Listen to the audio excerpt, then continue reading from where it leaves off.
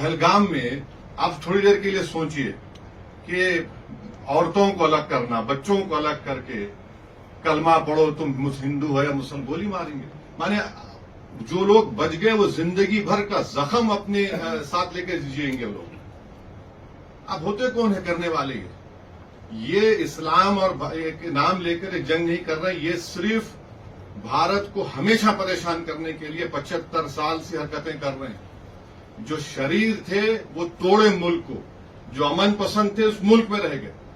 तो इनका ये बार बार इस्लाम इस्लाम, अरे तुम्हारे पास क्या है बाबा? हमारे पास अल्लाह के रसूल सल्लल्लाहु अलैहि वसल्लम का आशिक अहमद रजा यहाँ पर है, हमारे पास ख्वाजा हिंदल वली है।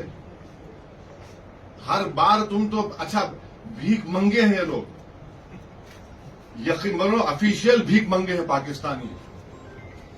IMF से लोन ले रहे जाके $1 बिलियन का। आप 75 साल से आपने क्या किया? किसने आपको मजबूर किया IMF का लोन लेने के लिए? और अफसोस की बात यह है कि IMF का लोन ले रहे हैं और ये इंटरनेशनल, मेरे को माने ये इंटरनेशनल मॉनेटरी फंड नहीं, ये इंटरनेशनल मिलिटेंट फंड दे रहे हैं पाकिस्तान को, इस्तेमाल करेंगे।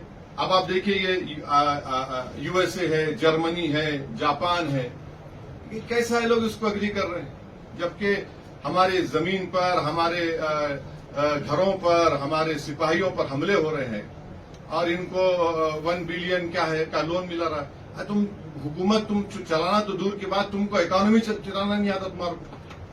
क्या है तुम्हारे पास? वहां से बैठ के आप बोल रहे इस्लाम ये इस्लाम वो, कोई कुछ नहीं है। ये सिर्फ इनकी जारहाना गलत पॉलिसी है।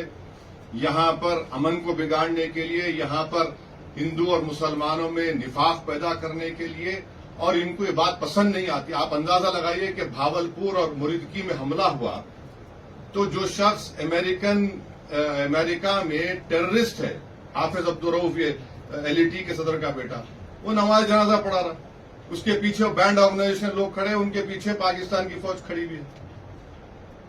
तो आज भी आप कल रात में हम देखे श्रीनगर के एयरपोर्ट के करीब ड्रोन्स आ गए।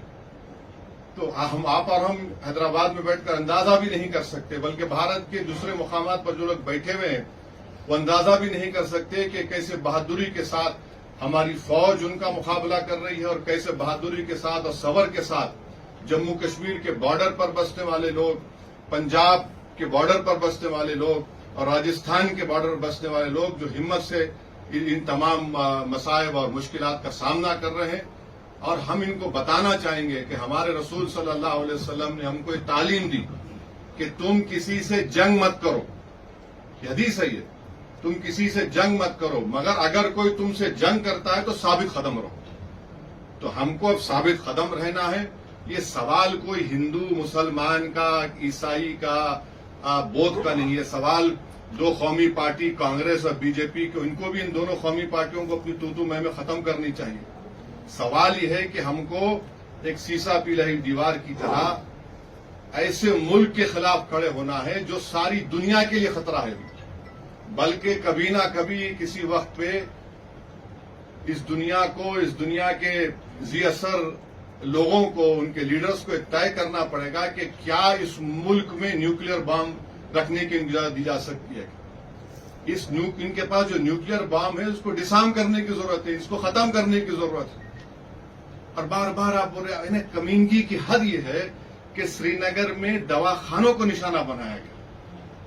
और याद रखिए वो जो पूंछ के मौलाना को जो इंतकाल हो गया, जो शहीद हो गए, उनको एक हिंदू MLC ने अपनी गाड़ी में बिठाकर अस्पताल पहुंचाया। अब ये और बात है कि हमारे गोदी मीडिया ने कह दिया कि अरे नहीं वो मौलाना को, वो पाकिस्तान के वो फुला थे। तो हमको ये कोशिश करना है कि हम पूरे लोग ऐसे वक्त में अपने सियासी अख्तलाफात को से उठकर जब हम अपनी फौज के पीछे खड़े रहे और फौज बेबाकी से मुकाबला करे, और पाकिस्तान का झूठा प्रोपेगेंडा, ये गिरा दिए वो गिरा दिए, इन्हों कुछ नहीं गिराते, इन्हों खुद इंशाल्लाह गिरेंगे, देखेंगे आप।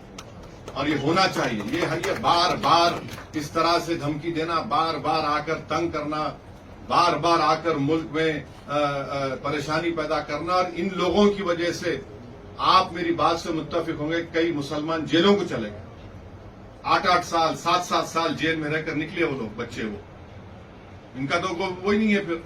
تو اس لیے میں سمجھتا ہوں کہ ہم لوگ متحد رہیں اور جو لوگ شرارت کرنا چاہ رہے ہیں، جو لوگ خواہ یہ نفرت پیدا کرنا چاہ رہے ہیں، وہ بھی باز آئیں.